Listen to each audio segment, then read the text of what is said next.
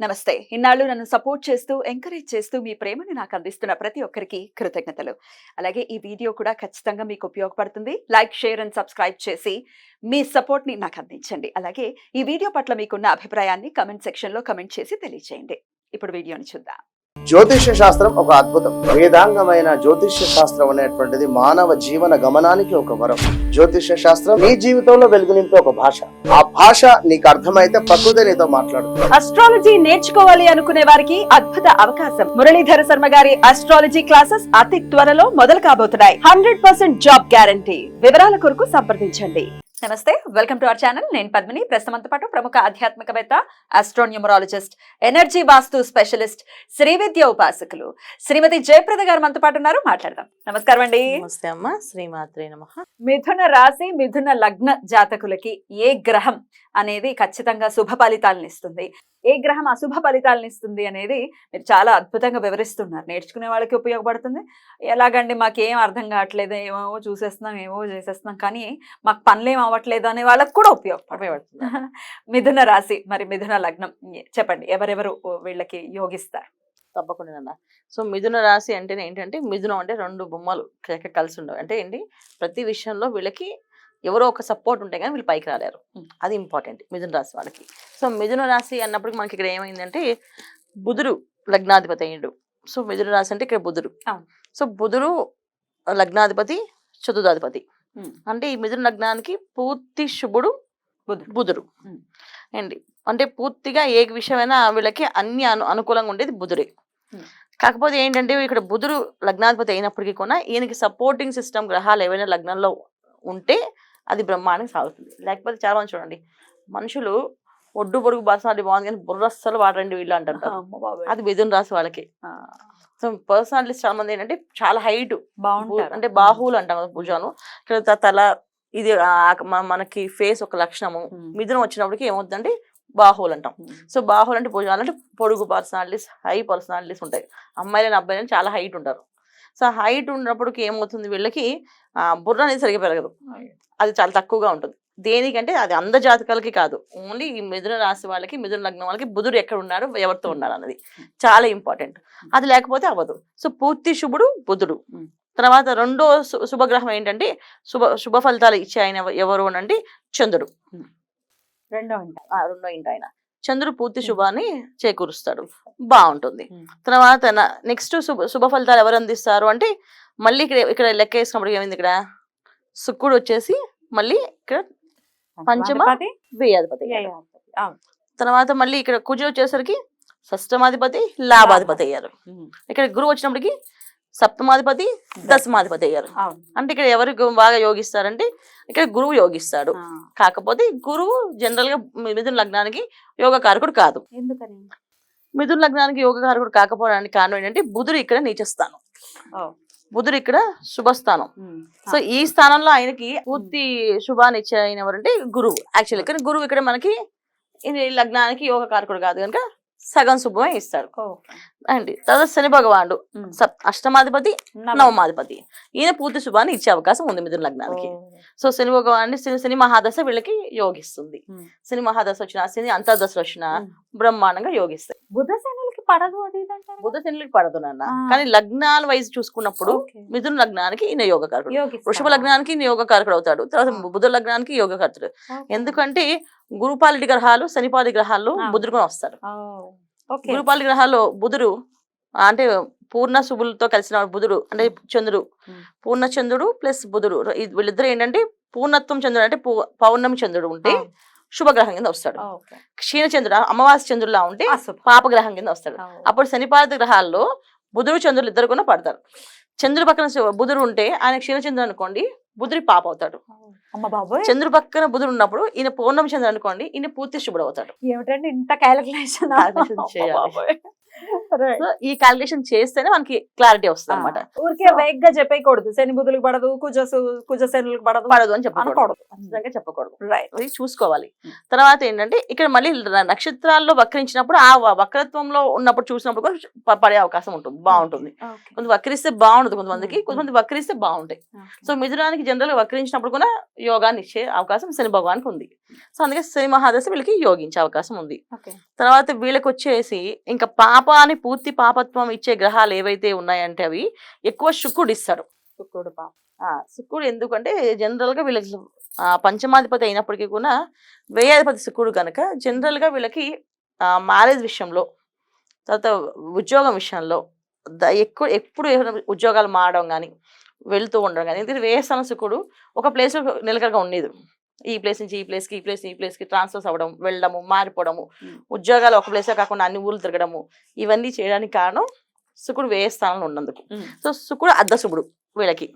So గురువు పూర్తి శుభుడు అయినప్పటికీ కూడా గురువు యొక్క ఎనర్జీస్ వీళ్ళకి పూర్తిగా అందాలి అంటే గురువు దగ్గర బుధుడు ఎక్కడున్నాడు, గురువు ఎక్కడున్నాడు అనేది కొంచెం చూసుకోవాలి. వీళ్ళు చూసుకోవడం వల్ల పూర్తి గ్రహాన్ని అందుతుంది.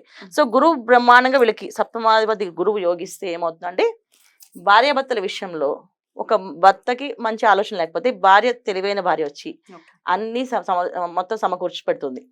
లేదు భార్య అలా ఉంటే భర్త మంచిగా వచ్చి అన్ని వివరంగా సమకూర్చి పెడతారు. సో తర్వాత సంబంధ బాంధవ్యాలు వీళ్ళకి తెలివి లేకపోయినా వీళ్ళ చుట్టూ ఉన్న ఫ్రెండ్స్.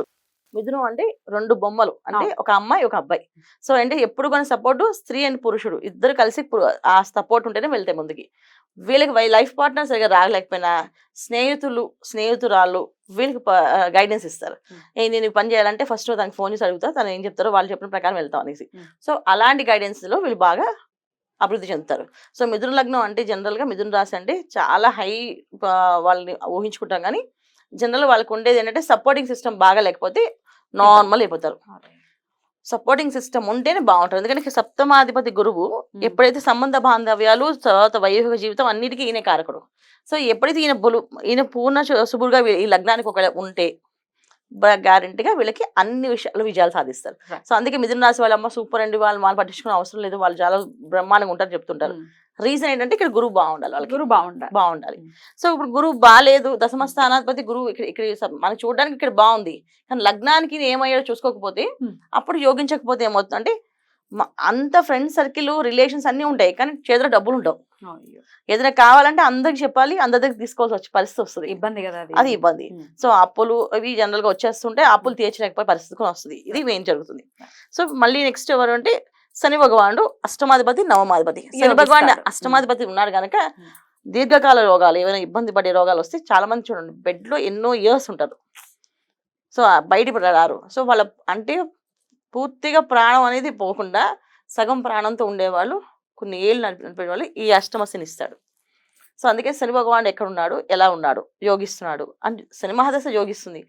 ఆ దశల్లో మనకి అంతర్దశలు శని రాహు దశలు కానీ శని గురువుల దశలు కానీ వచ్చినప్పుడు అనారోగ్య సమస్య పడి ఇబ్బంది పడ్డారంటే బయటకు పడడం కష్టం. జనరల్గా చూడండి అనురాధ నక్షత్రం రోజున ఆరోగ్య సమస్య వచ్చి హాస్పిటల్కి వెళ్తే వాళ్ళు తిరిగి వస్తారని గ్యారంటీ లేదని చెప్తారు. అవును. సో ఇలాంటి కాంబినేషన్స్ ఉంటాయి. ఇలాంటి కాంబినేషన్స్ లో కృతికా నక్షత్రం రోజు వెళ్తే అది ఆ రోజు ఆపరేషన్స్ ఖచ్చితంగా అయ్యే తీరుతుంది, నార్మల్ అయితే రారు అని చెప్పి అంటారు. చిన్న దెబ్బ తగిలిందని కుట్లేస్తుంటారు డాక్టర్స్. అది లోపల నరం కట్టేందని చెప్తారు. సో అలాంటి కాంబినేషన్స్ అనమాట. అంటే ఏంటంటే ఆ నక్షత్రం వల్ల అయిపోతుంది కాదు, ఆ నక్షత్రాలు కొన్ని నక్షత్రాల లక్షణాలు ఏంటంటే వెళ్ళామంటే ఆ లక్షణాలు ఏర్పడుతుంటాయి.